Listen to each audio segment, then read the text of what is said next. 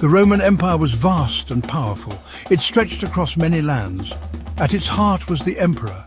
He was a fair and just ruler. The people loved him. Cassius, my magnificent horse, you are truly a wonder. The emperor had a magnificent horse named Cassius. Cassius was a magnificent creature. He had a coat as black as night. He was as swift as the wind. Cassius was the emperor's pride and joy. Together we are invincible. The emperor rode Cassius everywhere. They were inseparable. The people would cheer when they saw them. Cassius was more than just a horse. He was a symbol of the empire's strength. One night a terrible storm raged. Thunder shook the ground, lightning flashed across the sky, rain lashed against the palace walls. The emperor was worried. I must check on Cassius. He went to the stables to check on Cassius. To his horror, Cassius was gone. The stable doors were wide open. Footprints marked the muddy ground. Someone had stolen Cassius. Guards, find Cassius immediately.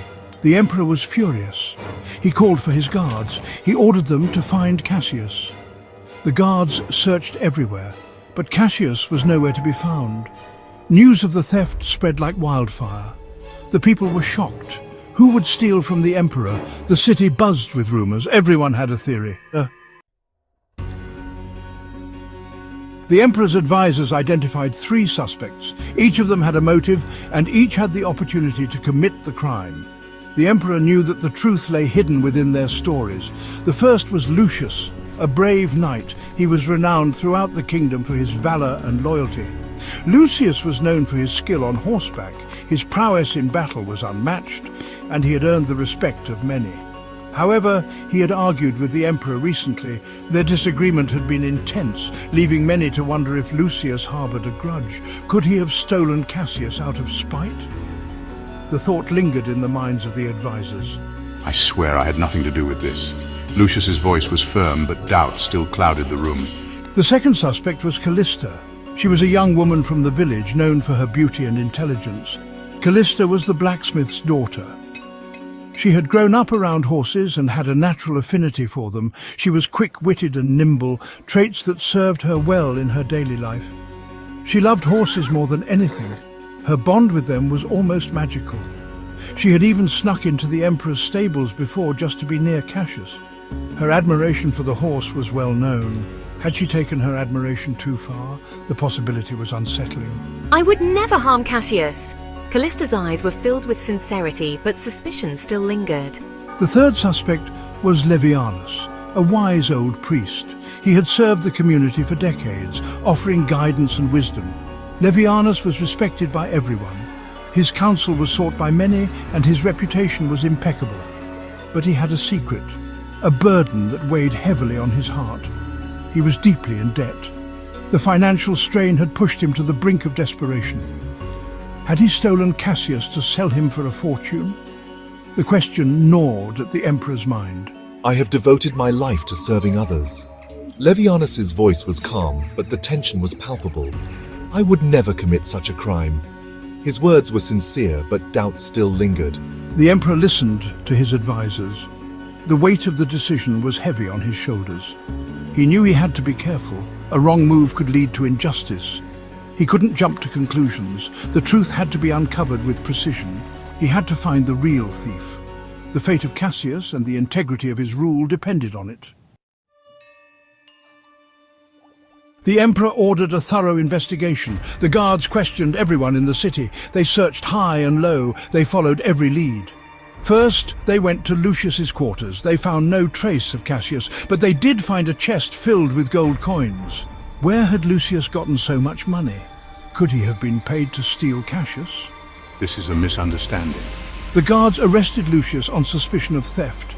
Next, they went to the blacksmith's forge. Calista was nowhere to be found. Her father said she had left in the middle of the night. She hadn't told him where she was going.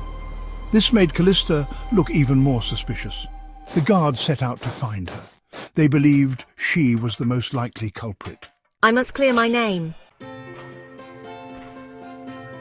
The guards finally caught up with Levianus at the city gates. They had been chasing him for days, following a trail of whispers and rumors that led them to this very moment. He was trying to leave the city, his face a mask of desperation and fear.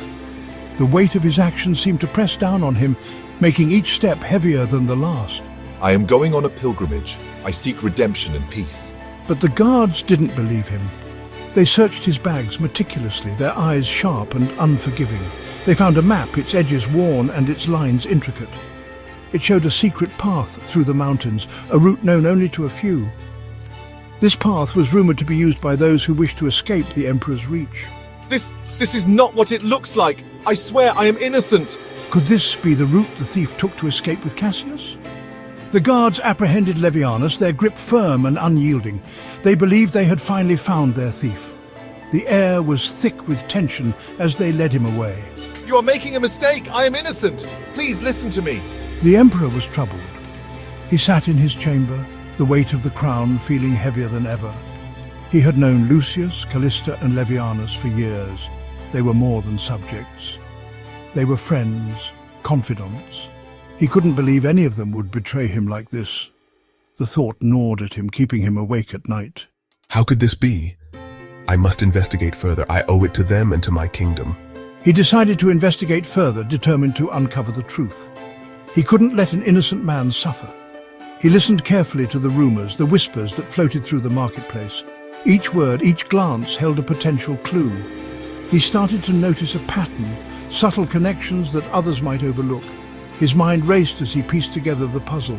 All the clues seemed too obvious, almost as if they were placed deliberately. It was a trail too perfect to be true. It was as if someone was trying to frame the suspects, to lead the investigation astray. The Emperor's suspicion grew. This is too convenient. Something is not right here. Someone is playing a dangerous game and the stakes are higher than ever. The Emperor knew he had to tread carefully, for the truth was buried deep within a web of deceit. The Emperor had a sudden realization. He called his most trusted advisor, Marcus. Marcus, I need you to investigate someone, but this must be kept secret. Investigate Tiberius. Tiberius was the Emperor's own cousin. He was a trusted member of the court. But the Emperor had noticed a change in Tiberius recently. He seemed resentful. He was always whispering in corners. He had been suspiciously absent the night Cassius was stolen. Marcus worked quickly and discreetly. He soon uncovered Tiberius's treachery.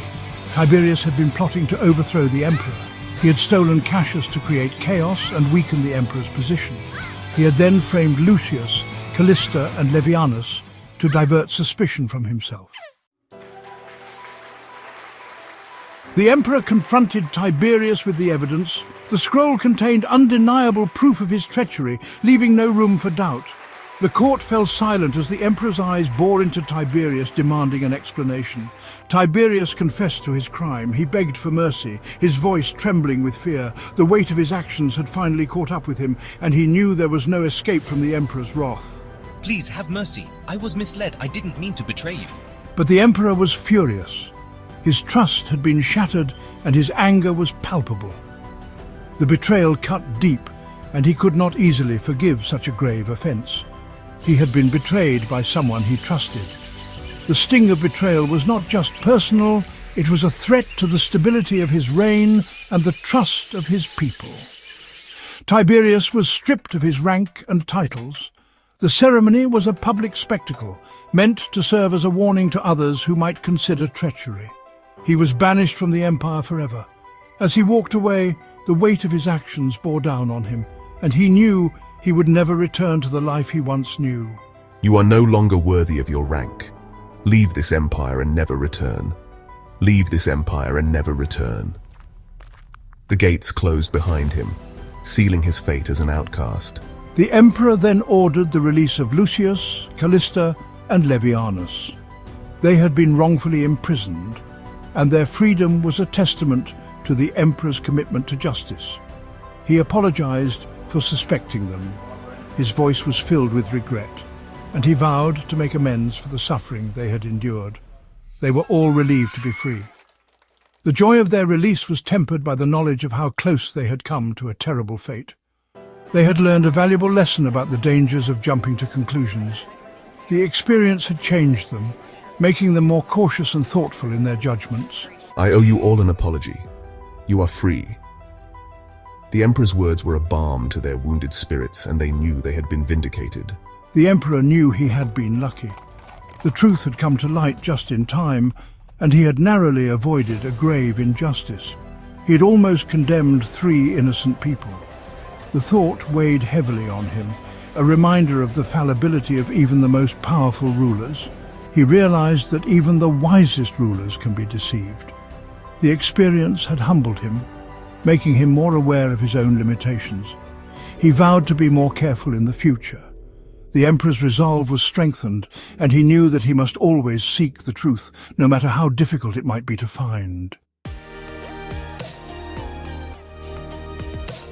With Tiberius captured, finding Cassius was easy. Marcus followed Tiberius's tracks until he found the hidden valley where Cassius was being kept. Cassius was thinner than before, and his coat was muddy, but otherwise he was unharmed. Cassius, my dear friend. The Emperor was overjoyed to be reunited with his beloved horse. He realized that Cassius was more than just a symbol of the Empire's strength. He was also a symbol of the trust and loyalty that held the Empire together. You are more than just a horse, Cassius. You are a symbol of our unity. The people celebrated Cassius's return. They had learned a valuable lesson too. They had learned that things are not always what they seem. They had learned that they should not believe everything they hear. The tale of Cassius's theft became a legend. It was passed down through generations. It served as a reminder of the importance of loyalty, the dangers of betrayal, and the power of truth. Even in a vast and powerful empire, it was the bonds of loyalty and trust that truly made the empire strong. Loyalty is our greatest strength. Betrayal can weaken even the mightiest. The truth will always prevail. And so the Roman Empire continued to prosper under the Emperor's just rule, with Cassius, the magnificent black horse, always by his side. Together we are stronger. The end.